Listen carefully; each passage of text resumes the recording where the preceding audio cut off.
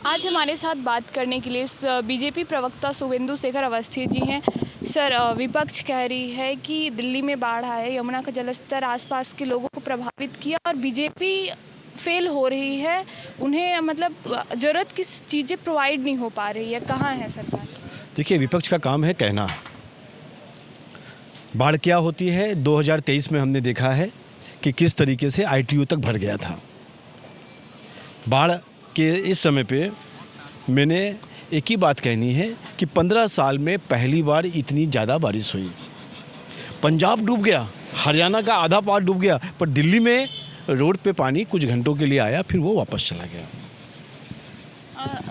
मेरा उस पर ही कहना है कि यमुना का जो बेड है, जो उसका यमुना खादर है, उसमें जब बारिश ज़्यादा होती है, पानी पीछे से आता है और यमुना नदी पूरा होती है तो वो भरता है। जिन लोगों ने वहाँ पे घर बनाए थे उनको 1 महीने पहले सूचित कर दिया गया था, उनको प्रॉपरली टेंट लगाए गए, लगभग 250-300 वाटर प्रूफ टेंट लगाए गए हैं कि बारिश भी होगी तो उनकी दिक्कत नहीं होगी। सभी गायें जानवरों को शिफ्ट किया गया है, एम्बुलेंसेस लगाई गई हैं, कंट्रोल रूम बनाया गया है, और स्वयंसेवी संस्थाएँ और सरकार खाने की व्यवस्था भी कर रही है, 3 टाइम खाने की व्यवस्था कर रही है। मूवेबल टॉयलेट्स लगाए गए हैं, जो व्यवस्था हो सकती है मच्छरों के लिए वो किया गया। डॉक्टर्स की एक टोली लगाई गई है और हर एरिया में लगाई गई जहाँ पे भी।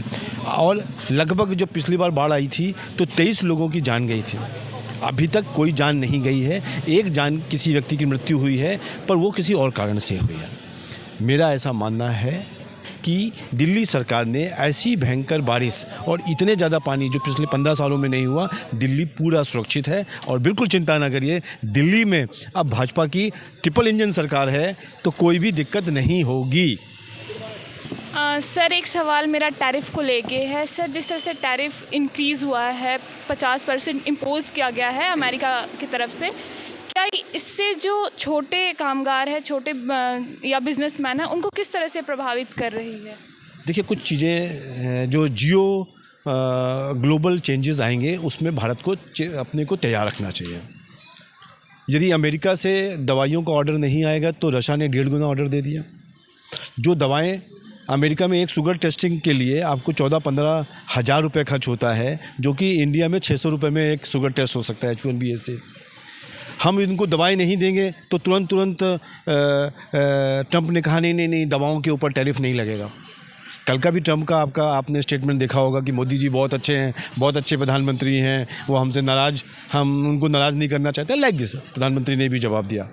भारत को अपने ऊपर कॉन्फिडेंस रखना चाहिए, सेल्फ कॉन्फिडेंस रखना चाहिए और आत्मनिर्भर रहना चाहिए। यदि भारत आत्मनिर्भर रहा तो आप देखिएगा कि कोई भी देश, ट्रंप ने 4 बार कोशिश की ना मोदी जी से बात करने के लिए और मोदी जी ने बात नहीं किया।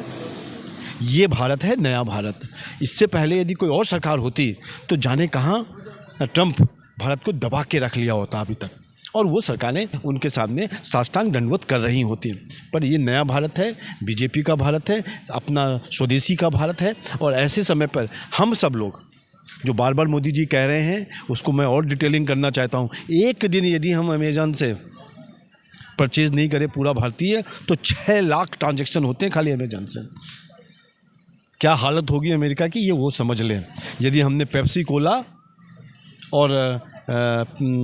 पेप्सी और कोका कोला पीना बंद कर दिया ना, तो क्या हालत होगी वो समझ लें।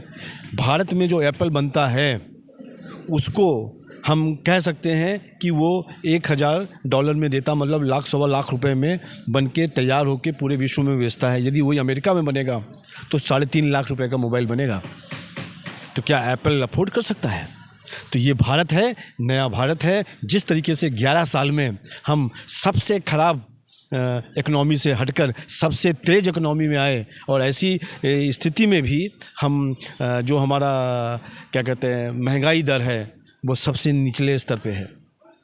रिटेल महंगाई दर 2 से भी नीचे पे आई है और अपना GDP डबल डिजिट पे पहुंचने वाला है। भारत का स्वर्णिम काल है, विश्व गुरु बनने वाला है। आप सब लोग भारत के लोकल और वोकल, लोकल के साथ हम वोकल हों, स्वदेशी को अपनाएं और बाहरी चीज़ों को त्याग करें। इससे हम भारत को बहुत आगे ले जाएंगे, यही कहना है। सर, आज मुख्यमंत्री रेखा गुप्ता पंजाब में राहत सामग्री भेज रही हैं, लेकिन उत्तराखंड और हिमाचल में भी इस तरह की जो मतलब ये आपदाएं आती रहती है, क्या वहाँ के लिए नहीं सोचती या फिर वहाँ के लिए क्या कर रही हैं वो?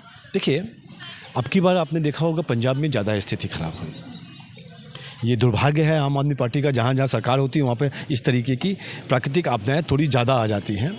थोड़ा पूजा पाठ करना चाहिए उनको, करते भी नहीं हैं, दिखावे के लिए करते हैं। मेरा कहना है जब ज़्यादा आपदा आती है, हम यहाँ पार्टी की बात नहीं, पंजाब भी तो अपना ही है।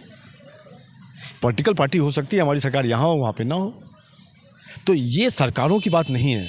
जब हमारी ऊपर आपदा आती है या किसी और पर आपदा आती तो अपने पड़ोसियों को एक दूसरे की मदद देनी चाहिए। इसलिए आप देख रहे हैं कितने सारे ट्रक खड़े हुए हैं यहाँ पे।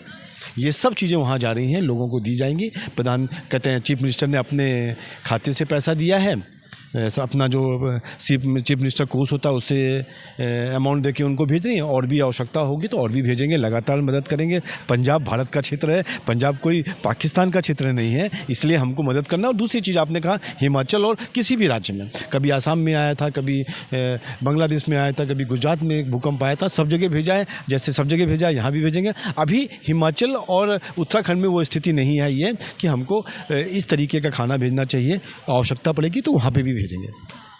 सर, अभी हाल ही में प्रधानमंत्री जी चीन के दौरे पर थे, वही विपक्ष का कहना है कि प्रधानमंत्री जी गलती कर रहे चीन पे भरोसा करके, तो इस पर आपकी क्या? हमको तो किसी पर भरोसा करना नहीं चाहिए और सब पर भरोसा करना चाहिए। यही भारत है, नया भारत, कि यदि किसी ने कुछ अपनी चाबी घुमाई तो हमारे पास ऑप्शन है। आप यदि सोचो, चाइना, रशिया और भारत एक लॉबी बनाता है। मैं कह रहा हूँ, ये नहीं कह रहा कि बनाने जा रहे हैं, लॉबी बनाता है तो विश्व में भारत की कितनी बड़ी उन्नति होगी। पाकिस्तान क्या कह रहा है कि ये गलत कह रहे हैं चाइना के लिए, चाइना को भारत के साथ नहीं मिलना चाहिए। ये जियो इकोनॉमिकल जो चेंजेस हैं वो भारत को ऊपर लेके जाएंगे। आज हर व्यक्ति, ट्रंप इतने दिनों से लगे थे, आज वो कह रहे हैं नहीं भारत मेरा दोस्त है। चाइना कहता है भारत मेरा दोस्त है, रशिया कहता है मेरा भारत मेरा दोस्त है। ये कभी कहते थे क्या? नहीं कहते थे, सुना ही नहीं था हमने। भारत जाके झोला लेके घूमा करता था और फिर कुछ पैसे लेके चला आता था और कहता था हमने काम कर लिया। तो जो चौथी इकोनॉमी है 27 में तीसरी पहुंचेगी। भारत अग्रणी है, आगे बढ़ेगा, ये कहना है। आप बिल्कुल चिंता ना करें, भारत के लोगों के ऊपर ही ये देश टिका है। भारत यदि स्वदेशी और स्वावलंबी बन जाएगा तो इन सब के नखरे ख़त्म हो जाएंगे। ये आपका और हमारा कहना है। गरिमा, हमसे बात करने में बहुत बहुत धन्यवाद सर। वीडियो जर्नलिस्ट साजिद के साथ मैं गरिमा त्रिपाठी, दिल्ली।